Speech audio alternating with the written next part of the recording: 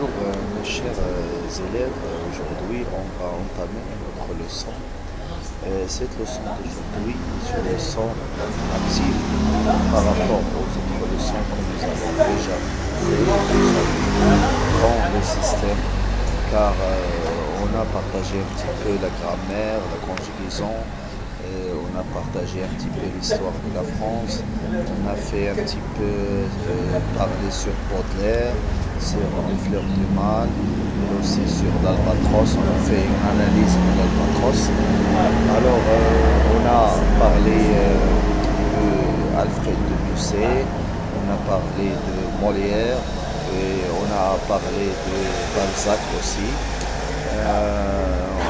On va parler par la suite sur Flaubert et sur d'autres écrivains qui sont reconnus mondialement par leur poésie, par leur pouvoir et valoir de tout ce qui est pragmatique, de ce qui est relationnel par rapport au système de la formation dans l'histoire de la France. Alors on ne peut pas valoriser une langue sans acquérir une connaissance parfaite d'une langue et de la langue française. Alors pour ce qui est de valorisation dans notre équipe de travail, on entamera dans le futur une étude spéciale pour les enfants du primaire et aussi on va faire des cours pratiques pour le collège et aussi on va entamer par la suite une grande importance au baccalauréat, que ce soit un bac français ou un bac littéraire ou scientifique. On va étudier les textes pour les examens, on va voir comment on va analyser la structure d'une évaluation et aussi par la suite organiser notre façon de voir les choses et aussi valoriser un petit peu notre vision sur la stratégie de connaissances qu'on a évaluées. On va entamer aussi des cours sur la littérature française au niveau de la première année, de la deuxième année, de la troisième année et aussi de la finale année pour la licence fondamentale en littérature française ou pour le master et aussi étudier le master, pourquoi pas. On aura cette année, tout au long de cette année, un grand temps libre pour se discuter ensemble sur les valeurs humaines, sur les mouvements artistiques et aussi sur les mouvements réalisme, le naturalisme, le surréalisme, le science-fiction, les poètes, les auteurs, etc.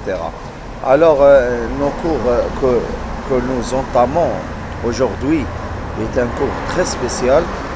C'est un schéma qu'on fait pour valoriser un petit peu notre travail comme étant un professeur de la langue française freelance, c'est-à-dire que on ne fait pas des cours dans une classe. Pourquoi? Parce que on a déjà étudié beaucoup des offres de travail, mais on estime que faire des cours comme ça est mieux. Comme ça, tout le monde peut évaluer sa langue, tout le monde peut avoir une idée qu'est-ce que ça veut dire la littérature française et le français. Tout le monde va savoir comment élaborer une autre façon de travail nouvelle et par la suite entamer la structure de travail finale pour chacun de nous.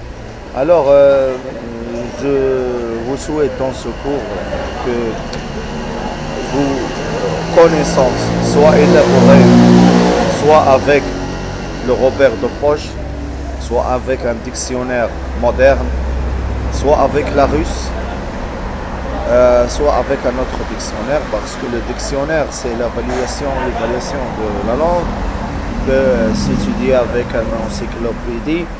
On fait une étude générale, globale sur ce qu'on a déjà étudié. On voit une vision vers le futur. On entamera aussi la conjugaison, ce qui est très intéressant à voir. La conjugaison française, la littérature française, c'est la même. La conjugaison ne change pas. Il y a des règles de la conjugaison très statistiques et très statiques. La grammaire française ne change pas. Alors c'est une matière qui ne change pas, mais qui s'adapte à fur et à mesure qu'il y a de nouveau dans des mots clés qui sont nouvelles dans la langue française. Alors chaque fois qu'on va étudier la langue française, on va rappeler toujours ce qu'on a fait, ce qu'on va faire et ce qu'on va refaire. Parce que la langue française, c'est toujours pour les débutants, pour les experts aussi, et pour les professeurs aussi qui s'intéressent à améliorer je parle des professeurs nouveaux, bien sûr, qui ont acquis 2 années dans les classes préparatoires des professeurs. Bien sûr, les classes préparatoires pour un professeur, on étudie toujours la didactique, on étudie aussi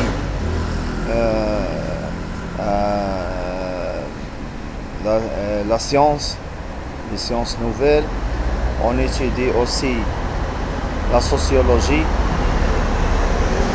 on parle aussi de tout ce qui est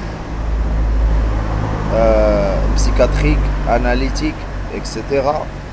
On parle du classement nouvelle, de génération nouvelle avec l'internet, avec les PC, avec les data shows, avec les nouvelles techniques d'apprentissage qui sont valorisants comme YouTube, etc.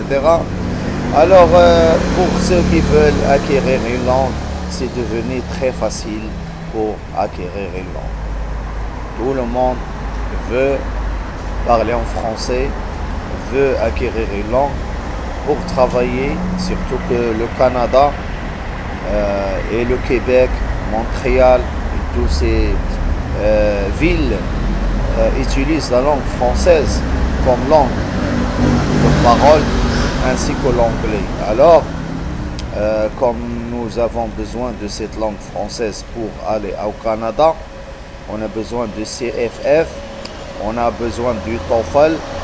Alors, je tiens à vous dire que l'opportunité existe pour vous, pour nous tous, pour réussir dans la vie, pour avoir un bon travail, pour faire un bon CV, pour améliorer notre avenir. Alors, pourquoi pas, moi, vous tous, on ne va pas s'élever un petit peu, on ne va pas rester dans la classe toute la journée, on ne va pas faire des cours pour les primaires, pour le collège, pour le baccalauréat par exemple. Non, on va s'épanouir dans la langue française, faire de la hauteur, aller jusqu'à niveau supérieur, faire des analytiques, faire des commentaires composés et faire que ce savoir soit lancé dans le monde, soit lancé dans la région, toute la région. Je vous souhaite une bonne journée. À bientôt, j'espère, avec une autre leçon, une autre vidéo. Merci beaucoup.